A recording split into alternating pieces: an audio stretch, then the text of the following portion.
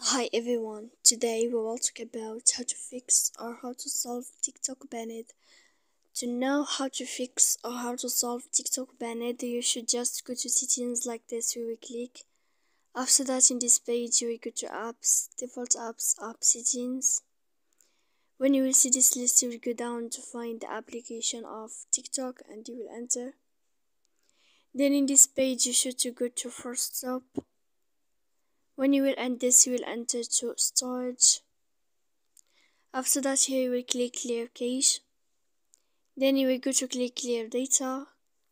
And when you will end all this stuff, as you see here, you can turn off your phone. So please don't forget to support us by like and subscribe. See you next time in another video. And thank you for your attention and your watching.